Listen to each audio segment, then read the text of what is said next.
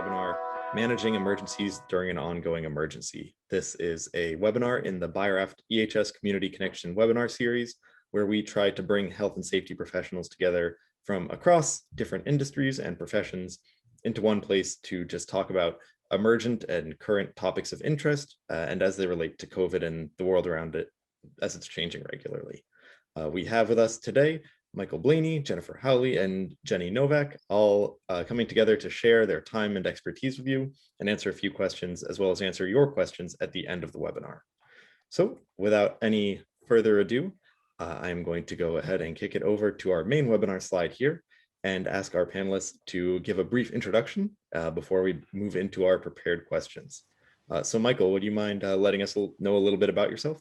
Absolutely not. And thank you for this opportunity, and to my colleagues joining on the phone, and to all of you.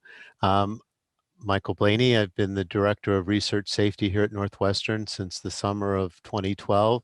Prior to that, I spent 17 years at Dartmouth College in Hanover, New Hampshire. So emergency management is part of our portfolio for research-related emergencies. And I'll share a little bit of what we've done. Great. And Jennifer? Yeah, hello everyone. I'm the Director of Risk and Emergency Management at Rhode Island School of Design, a small art and design institution, although the best in the world, in Rhode Island. And I have been at RISD for about 13 years, running the Risk and Emergency program since 2013. Emergency management was really built out of necessity after a risk assessment where we realized we needed a more formal emergency management program in place. So it is not my background per se, finance and risk are, but I have been doing this now for about 7 years. Great. And Jenny?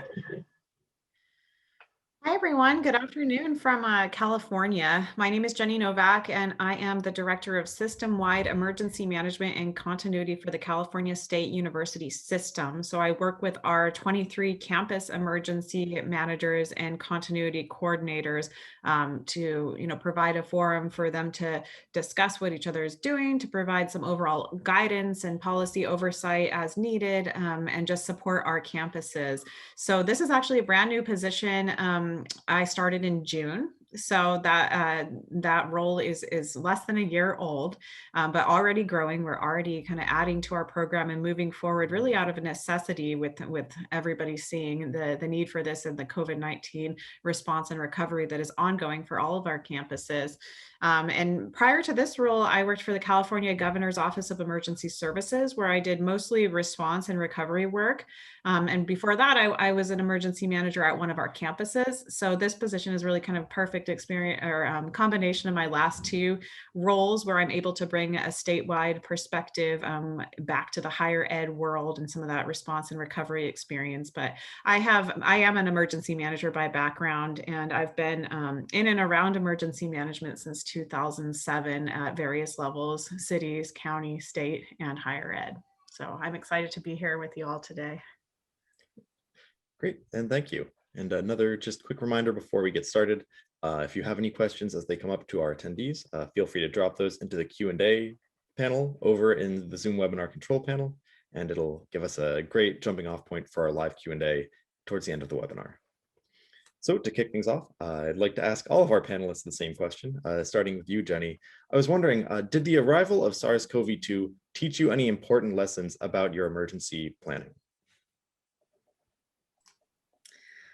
Yeah, I think that, this type of emergency was so different than what we planned for before. And I think, my quote on the slide too kind of gets to this: pandemic is so long lasting, really, and has so many impacts everywhere. The scale is just so huge. So especially for both of the positions that, I've kind of been in during this disaster, where we had kind of a statewide perspective, in a position like that, normally you don't anticipate that all of your jurisdictions are going to be impacted by something at the same time. So that was kind of new. You know, we always, I think, kind of assumed that there would be, even in big disasters, you could bring in help from out of the area, right? And that's not really the case when a disaster impacts all areas at the same time. So I think that was a big part of it. I think there's also, you know, an adjustment to a type of disaster that doesn't cause physical damages, because this is really kind of invisible in a lot of ways. It's not like you can go out and see the destruction that a wildfire or a hurricane has brought.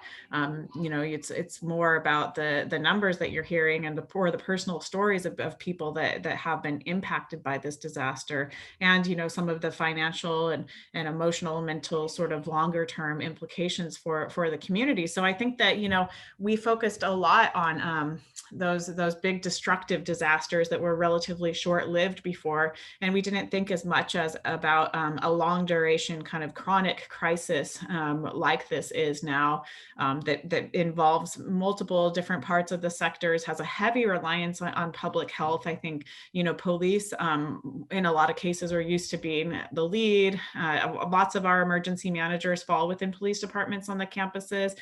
You know, it's like that in cities and counties as well. But in this disaster really required a lead role from public health, which I think, you know, some public health jurisdictions really were not used to that lead role. So I think there's a bit of an adjustment there, and just, you know, overall another emphasis on the need to plan with all partners for all different types of disasters that might occur. And Michael, same question for you. So do you feel that the arrival of SARS-CoV-2 taught you any important lessons about emergency planning? Well, I certainly want to echo what Jenny had to say, that this one is unique, and of course the sort of the recovery phase is going to be long and sustained. One of the things we've experienced here is that for those of us, there's about 70 of us that essentially run the university, and I'm privileged to be one of them. But the biggest difficulty I've seen, and I'm sure it's been a challenge elsewhere, is standardization in how we communicate with one another. The incident command system was developed in part because of the terrible fires that occur in California and the potential loss of life if you're not all on the same page. And we experienced that really quickly here. And it's been a recurrent problem because senior officers come and go. And as you might imagine, they're busy people like we all are. There's not, I think, a lot of natural interest in something like this. Academics are prone to want to change terminology and nomenclature to suit their own issues, their own needs. But it is critical to have a process in place whereby you can operate with as little stress as possible. And I think for all of us, this has been an incredibly stressful time. And will continue to be so for some time in the future. But I just want to emphasize the fact that incident command training, however you adapt it and whatever you call, is essential to being able to respond to emergencies, both tactically and strategically. Thank you. All right, and Jennifer, I was wondering, you know, your response here on whether SARS-CoV-2 taught you any important lessons on emergency planning. Yeah, absolutely. So I'll probably talk a little bit more about this later, but the arrival certainly reminded us how imperative it is that departments have continuity plans. It reminded us that it was really important that we take the all hazards approach when we're doing our planning. And I think people started to really understand why we've always taken that approach. In the past, they've wanted specific, you know, they've asked very specific questions. What if it happens this way? What if it happens like this at this time on this day? And we really tried to steer away from that in our planning, and I think it paid off. But also, I'd say one of the biggest lessons we learned was about, I'd say in September timeframe, when students were coming back to campus, and we were trying to do some planning for worst case scenario planning. And we realized quickly there was always this question in the back of our heads and in the back of the heads of our community members. What is it, when are we going to close the campus? Like, if this happens, if X, then we're going to close. When is that going to happen? When will we get to that point? Are we going to get to that point? They wanted to know, you know, is it a number of cases? What is the scenario under which we would close? And we realized quickly that not only for COVID planning, but also for some of our other plans, we had gotten to a place where we thought, okay, if we get to here, that's it, we're done, we can't continue. And then we realized quickly that that's not the case anymore, right? We have students that are dependent on us for food, for housing, and even in a situation where people are sending all their students home, I would say most campuses still had a small residential population that they needed to continue to support. And even if you didn't have students on your campus, you know there are those critical functions that have to continue to take place. Taxes have to be paid, properties have to be maintained to reduce losses. And so we got away from that mentality that we could get to a point that it could escalate to a point where we just say, that's it, we can't manage this anymore. Like, we have to continue to manage it and support the students in the community and protect the properties, regardless of how severe it becomes. And in some cases, it'll become so severe that our students are actually safer if they stay with us on campus. And we need to keep that in mind as well.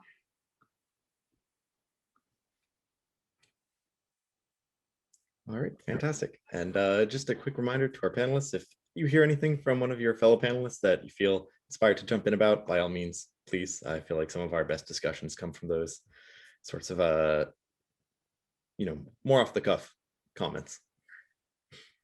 Next question is for you, Michael. I was wondering, could you tell us about a way that COVID challenged you to be agile as you manage the needs of an emergency? I think that's a pretty pretty broad question. I can tell you that my greatest fear very quickly here in Chicago, which I think most folks know is a major transportation hub between East and West, was just the criticality of obtaining essential supplies, and in some cases redirecting those supplies to our affiliated hospitals, because we do have a medical school. The time we spent working with our local first responders, and I think Jennifer made an important point in the all hazards approach, to plan and learn how to communicate, paid major dividends, because we were familiar with one another and coordinating our response, because we're, like most schools, are town and gown relationships, and in our local community here in Evanston, as well as the city of Chicago, which is a different entity. That's where our medical school is. Being able to work and have open discussions and know who the players are was really critical. Thank you. Sort of building off this kind of unexpected reaction here. Jenny, I was wondering, emergencies often flare up in unexpected ways. How have you handled providing support when the scale of the emergency feels overwhelming?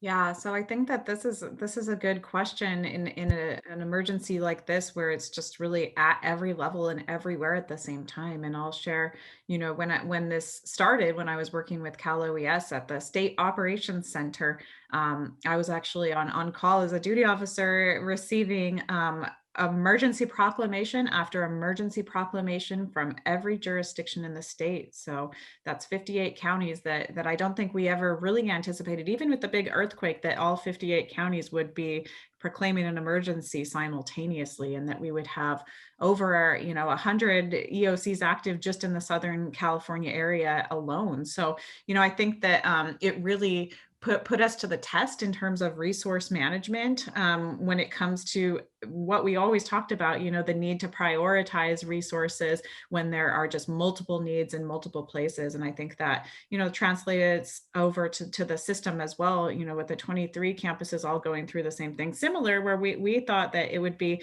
north or just south that maybe experiences a big regional disaster, and having it happen both at the same time was really kind of overwhelming at first. But I think that, a focus on trying to maintain a common operating picture is important. I think that trying to get a good handle on the situational awareness of where the greatest need might be, even though everybody's impacted, some might be impacted more severely or disproportionately than the others. So I think that, here in California, we started tracking that disease transmission by county, and that's been really helpful for me as the disaster goes on, and I kind of get a look at where our different campuses are within the state, and where they are within areas of disease transmission. It's helpful to have that information. And of course, the restrictions shift a little bit based on how high the disease transmission levels are. within those counties. So keeping track of that information, I think the information management piece of it is so big when you've got a disaster of a scale of this size. And I think it's important really in all disasters, but especially in this one, because everybody's impacted. There's a lot of information out there to share, and that maintaining that common operating picture is just really, really critical and really important. And I think that, you know, as the year kind of went on in 2020, we then had some wildfires that were pretty bad out here in California that impacted multiple campuses while the pandemic was also ongoing. So then, you know, you're juggling not just one disaster and the ongoing impacts of that, but then how are the wildfires and the air quality impacting everyone, especially when, you know, some of the only relief that we're getting is being able to go outside and take a walk, but that's no longer a safe thing to do when the wildfires are that bad that the AQI was reaching, you know, close to 500 in some places. So, you know, dealing with the multiple impacts of different disasters simultaneously was something that, you know, I had dealt with a little bit in my career earlier, but not so much as I did in 2020. And you know, trying to differentiate between the two, but also carrying lessons learned over from one to the other was important, because they were happening at the same time. And the COVID restrictions did also impact, you know, the way that wildfires can be handled in terms of sheltering component. We had one of our campuses hosting a community shelter for the wildfires, you know, during COVID, and the capacity and the way that that is structured is so much different in a COVID world. Luckily, we had at least a few months before wildfire season, although it's kind of year-round here, to kind of develop what those plans looked like. But yeah, I think, you know, information management, it has to be a priority in disasters of this scale. Yeah, and I love that perspective of lessons learned here in this situation, particularly around sort of managing a new emergency that crops up during COVID. Certainly these compound emergencies are a lot more difficult to manage when you have a lot of your mitigating effects being compromised by this viral respiratory pandemic. You know, are there any particular lessons learned or lessons still being learned that kind of stand out to you that have carried over to your handling of these wildfires that were coming up? I think for us, you know, it's been working out a development of a system-wide kind of support emergency operations center. You know, since my position is new, and the actual authority for emergency management is delegated to each of our campuses, and they do have a pretty high level of autonomy. There's still, though, a need for that information coordination and management sort of at the chancellor's office level for the system. And I think that COVID-19 and its impact on all the campuses, and then these regional wildfire events where, you know, the smoke is just in the air for miles and miles and miles and impacting multiple counties, multiple campuses. There's that same need that crosses over between both types of disasters that will also cross over into a large regional earthquake, of course, where we've got multiple sites that are damaged, and we need to support multiple campuses going through something at the same time. So I think the development of that EOC model and the structure, and I like to call it an EOC of EOCs, because we are not, you know, directly managing any kind of incident. We are multiple levels removed. We're removed 2 levels from an incident command post, and then the campus has its EOC, and then we are that EOC of EOCs. And I think that the need for that kind of coordination in order to provide support and resources, but then also be able to collect information and provide a common operating picture to our chancellor and, you know, to the media or to the governor, whoever might need it, in terms of what is going on at the CSU. That was a need in both incidents. And I think that that's something that we're really developing and moving forward with for the future, and hopefully get good at it before an earthquake happens. That's the last thing you need, an earthquake on top of everything else. Yeah, I think all of us here are really hoping that COVID is just the most that we need to deal with for the most part. Certainly. So next question here, Jennifer, is going to be for you. So Jennifer, I was wondering, how has COVID changed your and your institution's relationship to continuity planning? I know you mentioned that a little bit in your introduction, and I was wondering if you could dive in a little bit deeper into how that's changed, and also, you know, maybe how that's affected your preparation for future emergencies as well. Yeah, absolutely. It changed continuity planning a lot for us. in two ways. One, continuity planning had been a discussion around the table for years. I feel like as long as I've been here, the need for it, and yet it's such a difficult thing to put time and energy and resources toward, because of course you're planning for something that you hope never happens, which is the same for emergency planning, except for emergency planning, we tend to see the small emergencies throughout the year and we know the importance of it. But continuity planning was a little bit more challenging to get support for. We did, however, gain some support about a year or two, 2018, 2019. And when we approached departments to get them thinking about this planning, what we talked about was, what are your critical functions? And what would you do if you showed up one day and your building's a black smoking hole, right? It doesn't matter if it was a fire, it doesn't matter if it was a flood. Kind of to Jenny's point, we're used to dealing with disasters that have some direct property damage. So if you can't get on the system, can't get into the building, how are you going to make sure you deliver those critical functions? And when COVID hit, we realized, actually before everyone got sent home, in communication with our local emergency management agency, we were hearing from them, you need to start planning for people not being able to get onto campus. So your systems are fine, your buildings are fine, but people can't physically be here. And so we did have a couple of weeks to quickly work with our departments to say, let's shift your focus a little bit from I can't get into the building or to I can't get to the building. So what do you need? What systems do you need access to? What passwords? What contact information? Can you continue to deliver on those critical functions if everyone's away from campus, but still needs to be able to do their job? And again, those high level critical functions. So as I mentioned in the beginning, we did still have people on campus, of course. We have those essential employees that still need to come in and support our students and protect the facilities. But as far as our primarily our academic and administrative offices, when we started thinking about continuity planning, we realized that it too needs to take sort of this all hazard approach, so that you're thinking in a way where it doesn't matter what the disaster is, what are those critical functions, so that you know at a minimum what has to continue to be done, whether it's you can't get to the building, you can't get in the building, you can't get on the system, maybe you can't reach the people that you're used to being able to reach. How are you going to make sure that that stuff is still being handled? So we were lucky that the emergency pushed it right to the top of the list, and we did get all those plans written. And I hope that we'll continue to have those updated and people regularly checking in with those even after we recover from this. And you found that you had an easier time kind of communicating with the different members of your institution around this continuity planning? I know one of the themes that we tend to explore on these webinars are just that risk literacy has really seemed to improve with COVID. So I'm wondering if that has sort of overlapped into your areas of expertise. Sure. Well, I would say I'm lucky because I know that I talk with a lot of colleagues in the Boston area and throughout Rhode Island where they don't necessarily have the ear of leadership or the trust of their community when it comes to understanding the importance of planning for emergency management. But as long as I've been here, the departments I work with have always taken it very, very seriously.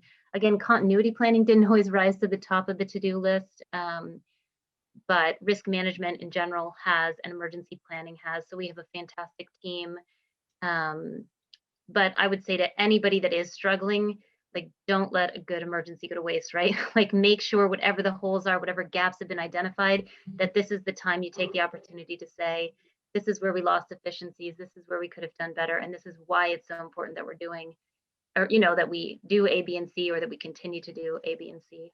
Because no one right now is going to shake their head at you say it could never happen. I have been in tabletops before where we made the situation quite extreme, and everyone kept saying, forget it, we can't continue that way. And oh, right, there's really going to be an accident outside the building that's already on fire. But I honestly don't think I'm ever going to be in a drill again where somebody would say that wouldn't happen. We've had, during this pandemic, we had a dorm fire, the first in the 13 years I've been here, and it happens to be in the dormitory where our 160 students who remained on campus with us through the summer were housed. It also happens to be the building where we have our library and special collections. And we also had a major flood in another building. So when people look at me and say it's not going to happen, I think I'll just shake my head no. I don't think they'll say that anymore. That's great to hear that you've gotten that kind of a reception, definitely. Yeah. Next question here will be coming for you, Michael. I was wondering if you could tell us about a valuable new initiative that you've put in place as a thanks to the pandemic. That's an interesting question. I think in the same way that Jenny and Jennifer have described, you find yourself dealing with the unknown, and moreover, I think a very fluid situation. I think it naturally forces cohesiveness, and hopefully that cohesiveness is there, and there's the familiarity with it. I'm pleased to say that for our university, research was the first activity to reopen.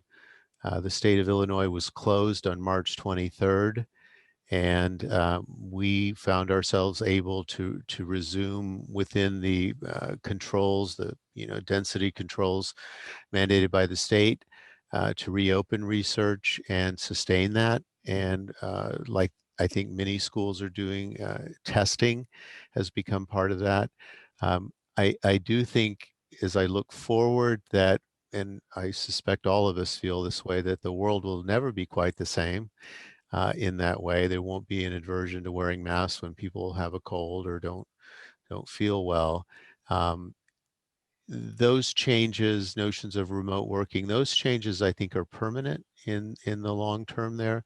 And to echo what Jennifer said, I think people's attention is in fact in place. People will talk about this for years and years and years, and we'll see that play out over time.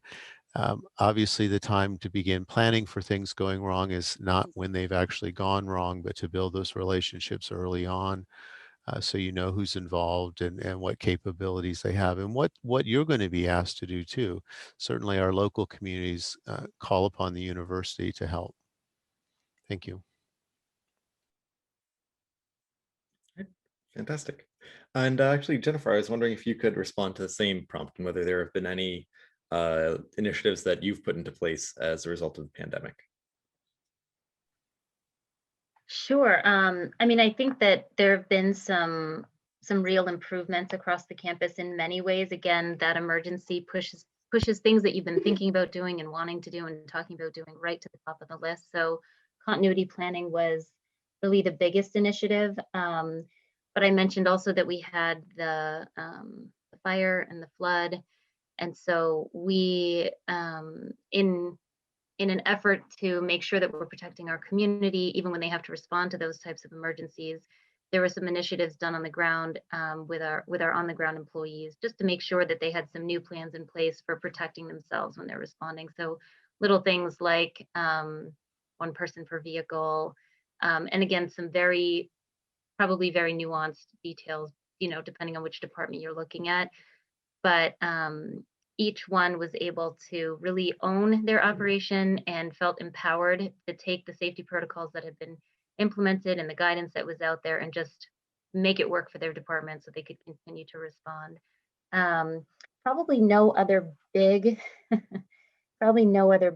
initiatives other than our emergency operations command team. We had been talking about doing things virtually in the past, and there was always this high level of importance put on being able to get to campus and meet in our EOC and work together in person. And there had been some reluctance to being virtual, but obviously now we don't have much of a choice. And so we were able to do some tabletop drills virtually. And again, it pushed those things that we've been talking about doing and delaying doing right to the top of the list to get them done. All right, that's great to hear. And before we move on to our next question, just a quick reminder to all of our attendees that if you have any questions that come up as our panelists are speaking or anything that comes to mind, you can drop those over into our Q&A tab. And there we'll be able to address your questions more easily. You'll be able to get feedback from other attendees just about their experiences, clarifications, and you'll be able to thumbs up the questions that you're most interested in. And that way we'll be able to address the things that are most interesting to you as we're going through the questions. So please feel free to drop questions in there at any time. And we'll move on to our next question for Jenny. I was wondering if there are any ways that COVID has made emergency management and planning any easier for you.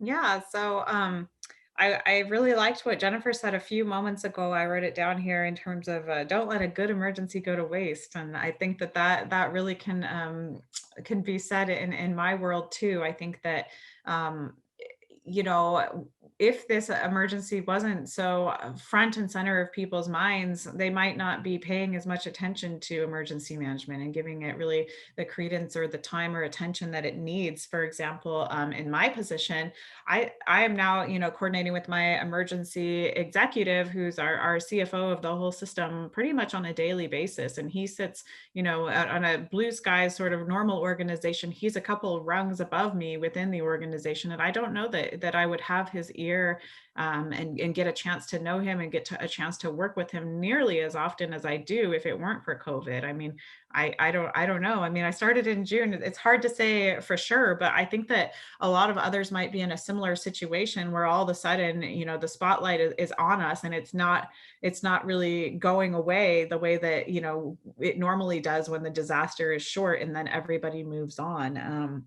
It's still front and center. There's still so much that has to be done, because we're still in response phase when it comes to the vaccination sites, which a lot of what our campuses have been doing it now is helping out, providing space as vaccination sites in our communities. So this is still going on. And I think it's a good chance to really show our value and to show, what we can do and what we bring to the table in these situations. And I've seen it go, kind of both ways where programs are really shining now on some of the campuses, and then in other places where maybe the emergency manager wasn't as strong and they hadn't invested as much in the program in the past.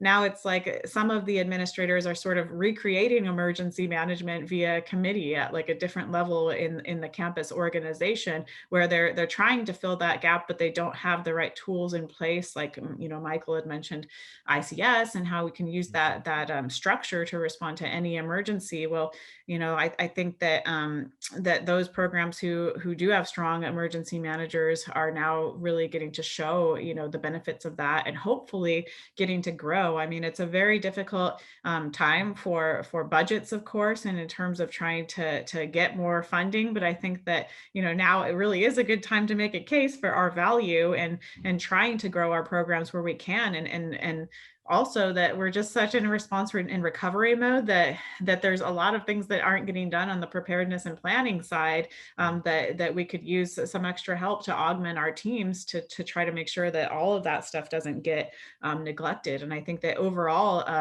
not just at the level of our emergency executives, but even at the political level, like at the beginning of this crisis, I was watching probably 4 press conferences a day at the city level, the county level, the state level, and the federal level. Politicians that didn't know, how to address crisis communications in a press conference had to learn real quick, and they got to practice it pretty much every single day with this COVID-19 outbreak for a while, at least in the beginning. So, politically, there's an eye on this right now as well, which I think can be used to our advantage for boosting our programs, boosting our reputations as a really critical discipline and a connector discipline that touches on so many different areas and can really help to bring people together. So I think there are some benefits if you look at it the right way. It's really been a difficult time for many, but it's also a time that we can really show our value, I believe. And Michael, Jennifer, if either of you would like to jump in with anything that's coming to mind that you feel COVID has made easier in terms of emergency planning, by all means. And of course, if you have any questions for our audience that you'd like to hear from, feel free to ask those as well. I'm happy to go first. I'd like to just to return to a theme. We've worked hard. We had a lot of work to do to sort of modernize the program when I got here, and town and gown relationships were strained, particularly over emergency response to research buildings. So we've gone to great lengths to develop summer drills with our local fire department. And I think the more we do it, the more enthralled we become with designing our scenarios. We obviously couldn't do that in 2020. We've developed a unique virtual guide, if you will, to our buildings that also include entrances and critical locations. And so that we don't lose another year, we're going to have a properly socially distanced activity spread out over several weeks so that we have 5 firehouses that will respond to us here to make sure that we can get all the duty crews through. Um, I think that those processes have to continue, and we just have to adapt to that. Those relationships, once you let go of the rope, are probably impossible to recover. So we end up investing a lot in that, but we also enjoy the benefit of that as well. I wanted to ask Jennifer and Michael, sorry, a question. Do you guys work at all with your risk managers to, like Jenny was just saying that, of course, this has elevated the importance of an emergency manager on campus. And Michael, you work directly with research, which we all know can be tied to a lot of revenue for the school, research grants. It can be tied directly to faculty and student retention. And so, of course, maintaining that research is of critical importance. And I know with emergency management, a lot of times we're just thinking about how to protect our buildings, how to protect the safety of our community. And we might not get as far as thinking like, oh, that refrigerator, if the power goes out, has to have some kind of backup power, or we could have Right. years and millions of dollars worth of research Right. costs. Yeah, that's I was just gonna say I have the advantage of being the risk manager at the same school where I'm the emergency manager, so we get along really well. But I'm wondering if you guys work with your risk managers on insurance protection or just making sure they understand those other risks. Absolutely. So thanks for saying that. So the other side of the equation, we're an insurance captive of one in the great state of Illinois, required special legislation more than 100 years ago. We use the size of our endowment, which we've had good stewards of that over time, to backstop our losses. So one of the things that I lead with, Jennifer, in discussions with the faculty is to sort of challenge them to guess what our deductible is, because we own, the first $2 to $5 million on the front end, and then we, get commercial paper to protect special collections and things like that. So yes, that relationship is very important and part of the discussion we have, so that it doesn't become complicated. Our emergency management function, the operational function, is organized under our Department of Safety and Security. So our Emergency Operations Center is essentially where our police are housed, and that is integrated into the local community. We didn't find ourselves having to open the Emergency Operations Center. We all just sort of set about the work. But it is critical to identify where those potential risks are. And I'm of an age and a vintage where I remember a very serious case that happened at Columbia University, I think in 1999, where they had a massive power outage and they lost millions of dollars worth of NIH funding. It was a significant article in the New York Times, just for the very reason that you state. You have to think about those issues, and we include that sort of thinking in the signs and labels, and it's part of our inspection process to identify critical systems, things you can't afford to lose. That being said, and to sort of summarize this then, it still remains with scientists a constant challenge to understand that the obligation to split their samples, to create redundancy, to have things stored in one place versus the other is their responsibility. And I think oftentimes about a scientist that I met when I was visiting colleagues at the NIH after Hurricane Katrina, and he reconstituted his work in like 6 weeks because he just called upon every collaborator he had to, regrow whatever it was he had sent them. And he was back in work, separated from his family, but he didn't lose any of his research versus others he knew that were completely wiped out. So it is critical that we work and look at this as a front end activity rather than a how much is this going to cost me sort of perspective. Yeah, I would even urge emergency managers to get the ear of the risk manager when they're doing their assessments. So trying to identify what the risks are, what the likelihood is, and the impact if there is some sort of threat or loss. Because emergency managers have a totally different lens when it comes to some of the long-term effects. So let's say like if you live in a flood zone, I know 50 years out, we're all hoping to be retired, but there could be some buildings and infrastructure that are affected in those flood zones that if the emergency manager can have the ear of risk management or leadership to say, we really need to be doing more of that long-term planning, or they might know more about the, like a hazard assessment for their area region. Jenny is no stranger to earthquakes and fires and things like that, that if they're not on the risk assessment, they're not getting the attention they need. That's tragic, because then we see big losses.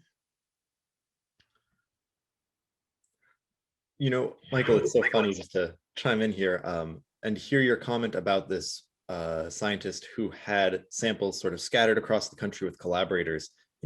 A disaster happens at his home lab, and then all of a sudden able to sort of restart everything in a remarkably short period of time. So that really mirrors a lot of best practices in sort of emergency preparedness for software too, and having backups in multiple places, being able to recover things quickly.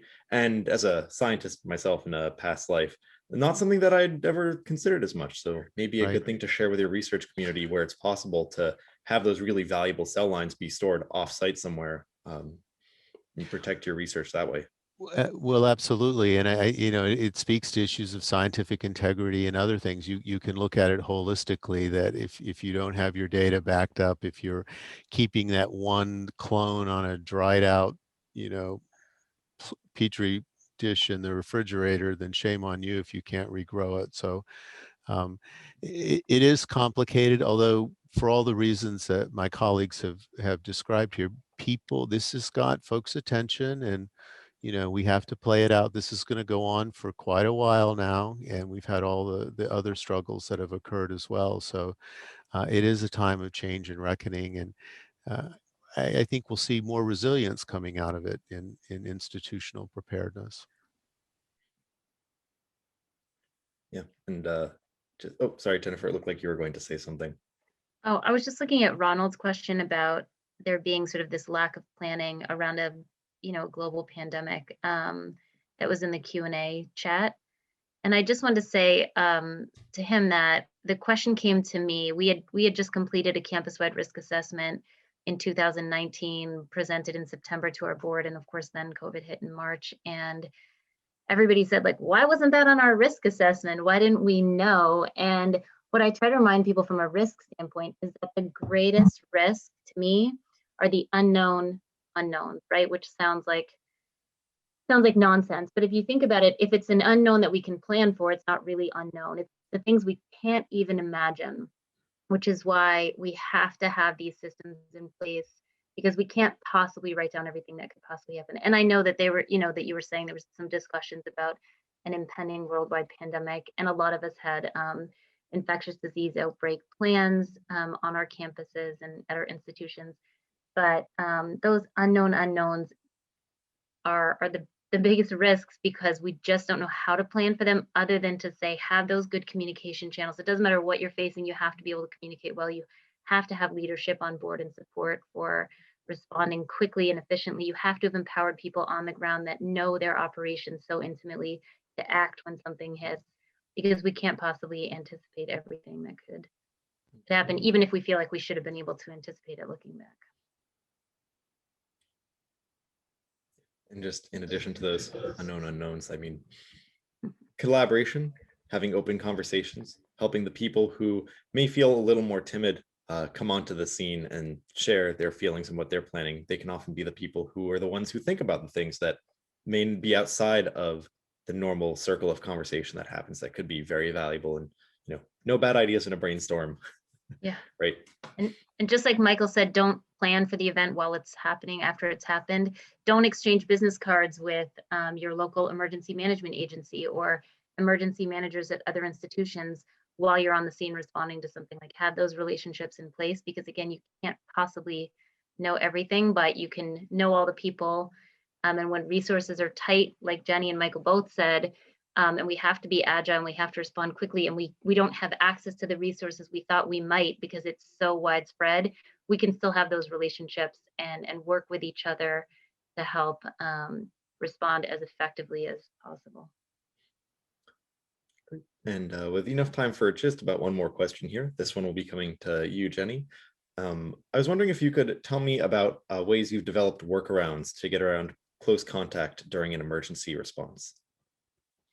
Yeah, I think it actually goes kind of perfectly with what we were just talking about and what Jennifer was saying about having those relationships in place beforehand. I think, many jurisdictions, pretty much all of our campus EOCs had to pivot to a virtual format. So using a web-based software, using coordination calls rather than going to the good old EOC and getting a bunch of bodies together into a small space together to respond to a pandemic.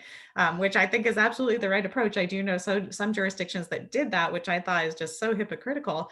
But I think especially when we use some of these workarounds in a virtual world, it's so important that upfront you at least had some level of relationship going into it, because it's going to make that a lot easier to function virtually. But I think it's important to be able to do that and to try to be nimble and to try to use all the tools really in your toolbox, whether it is a web-based system. We use VOC. I know lots of people use web EOC. Some use customized solutions. However you do it, if it's just using Dropbox to share files, conference calls, Zoom, all these tools, how we can make sure that we're still able to do our coordination functions without putting ourselves, at risk by going in unnecessarily, and by really having to take a look at what functions really need to be done, physically and in person. I mean, I know we're used to doing everything physically in person, but what really needs to be done. So I think that was something that, we kind of had to develop those continuity plans as we went, I think, in a lot of cases, because we always there was so much thought about just using a separate location, because we always kind of thought about a disaster that was going to take out one of the buildings or something. And this is different, because no location is really a safe place to gather a bunch of people together. But then, of course, even these workarounds, I think we still need to think about how those could be adapted, as the theme has kind of been for the whole session here, is the compound emergencies and the threats that come moving forward. So where our team is looking at doing kind of a continuity tabletop discussion just about trying to make sure everybody has a good plan in place personally for power outages. We have public safety power shutoffs here. We have windstorms. We could have an earthquake. There could just be some reason why you don't have power at your house. And now that we are so reliant on some of these technology tools, what are we going to do if that is not accessible either? So I think, you always have to have a plan B, a C, a D in this field, and thinking about what are our new vulnerabilities in this new world, and making sure that we don't get too comfortable in any workaround that we might be using for the pandemic, because something else could come up, and we need to think through that scenario as well. But I think it's brought continuity really to the forefront of a lot of people's minds, and we just think about it differently than we did before with this pandemic. So yeah, I think it's an interesting time to be in this field for sure. Yeah, definitely. Living in interesting times, I think, has taken on a much more closer to home feel than it had in the past. All right, well, the time has blazed by here. Before we move on to our live Q&A, I'll go ahead and give a quick plug for our upcoming webinars. In 2 weeks, we're going to be talking about fit testing, some of the dangers that arise from coming into close contact with somebody who is necessarily breathing unfiltered air as you try to get them outfitted with a respirator.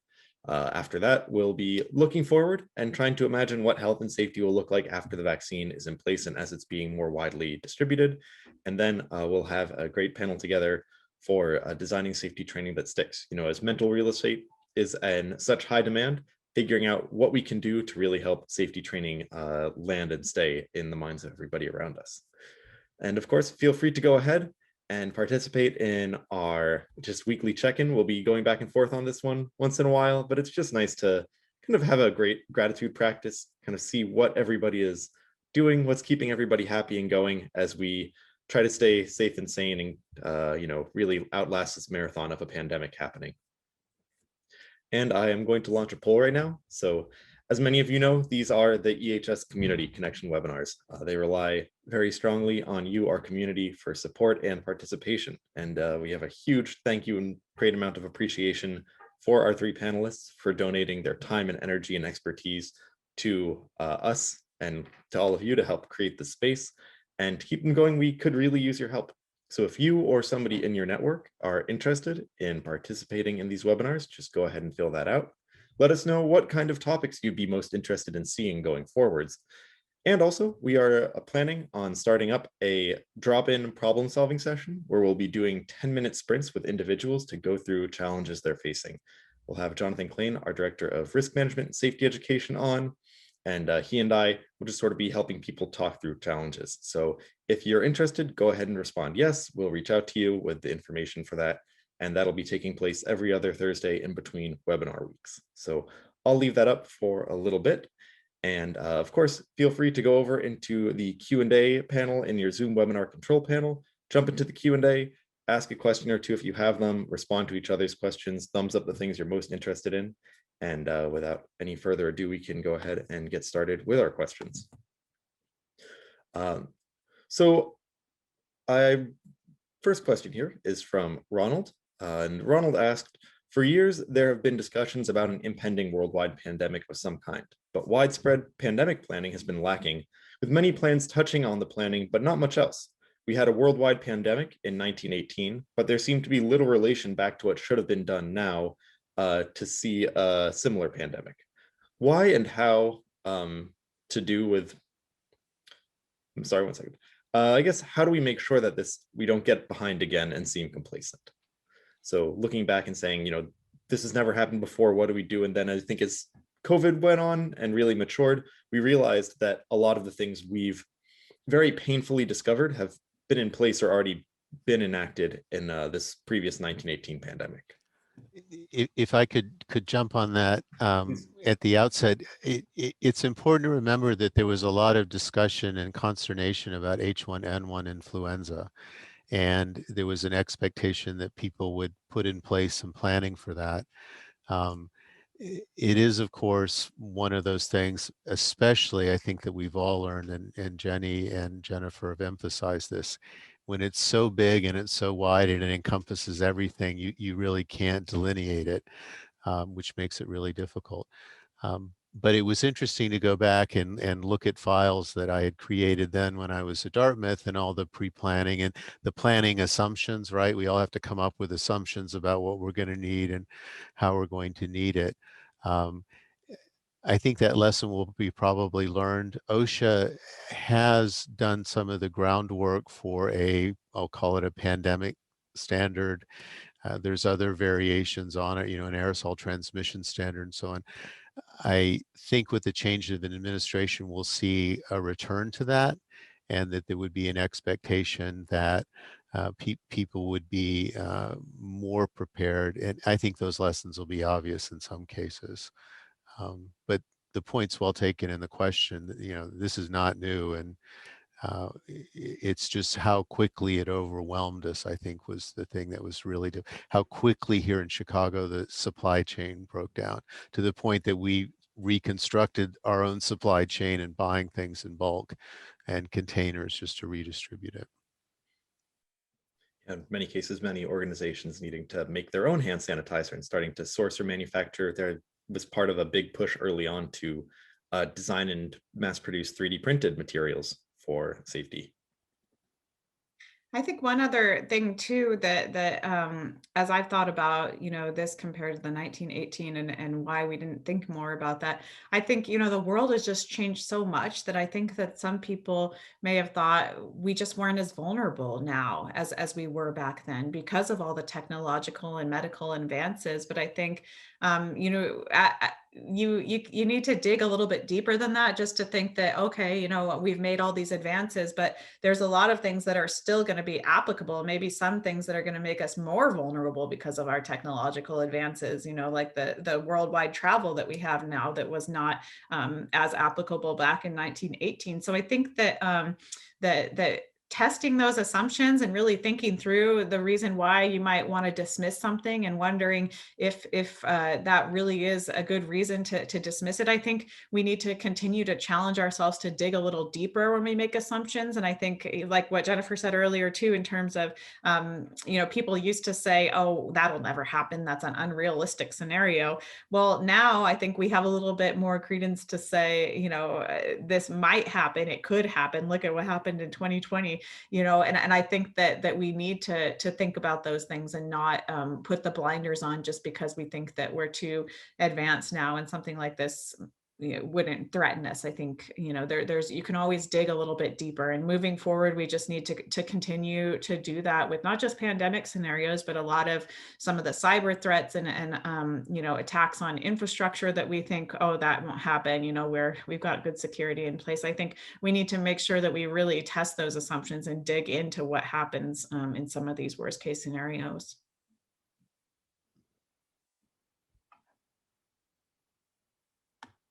All right. Well, we are at our 4 p.m. Eastern stop time here. We do have one more question left on our Q&A. And as always, we'd like to ask our panelists to stay on just a little bit longer if they have the time. But of course, being in risk in science and leadership and emergency management, things come up and schedules can get rearranged. So if any of you need to jump right now, move on to any other obligations, by all means, feel free. Otherwise, we'll go ahead and ask this last question before we wrap up.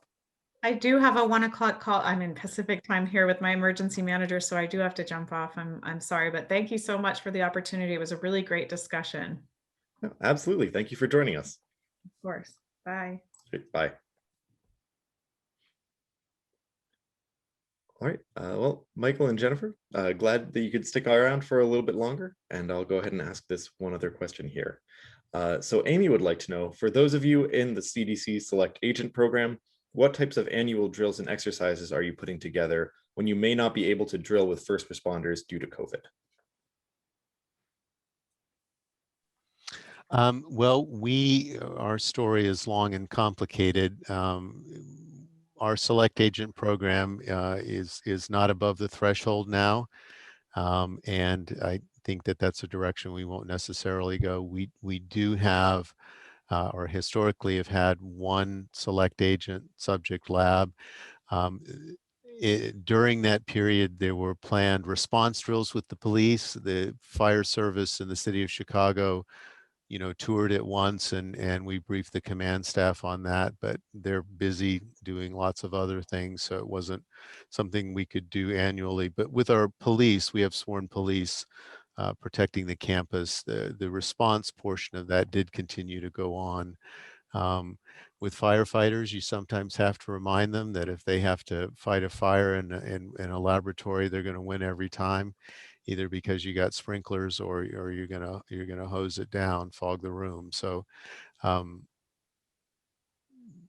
but we no longer have that program due to an unfortunate set of circumstances involving one of our scientists. And at this point, it's not a major concern. But to be clear, our primary response was coordinated with first response by the police to go to the location. All right, and it looks like we've already had somebody jump in, Megan, saying that BSAT drills can include tabletop and that those can be done remotely. So Megan, a big thank you there as well. This is one of the reasons that I love these webinars, is it's not just about our panelists here, but about all of you who have such a depth of expertise to share with each other. And with that, we are all set with our Q&A. I'd like to thank Michael, Jennifer, and Jenny, who has since left, for their time and energy and expertise on these. I'm sure if we unmuted everybody, there'd be a huge round of applause. And we've already gotten a lot of really nice responses here from people who appreciate the conversation and the discussion today. So a big thank you to both of you for joining us. Nice to meet you, Jennifer. Great. Yeah, same here. Thank you, everyone.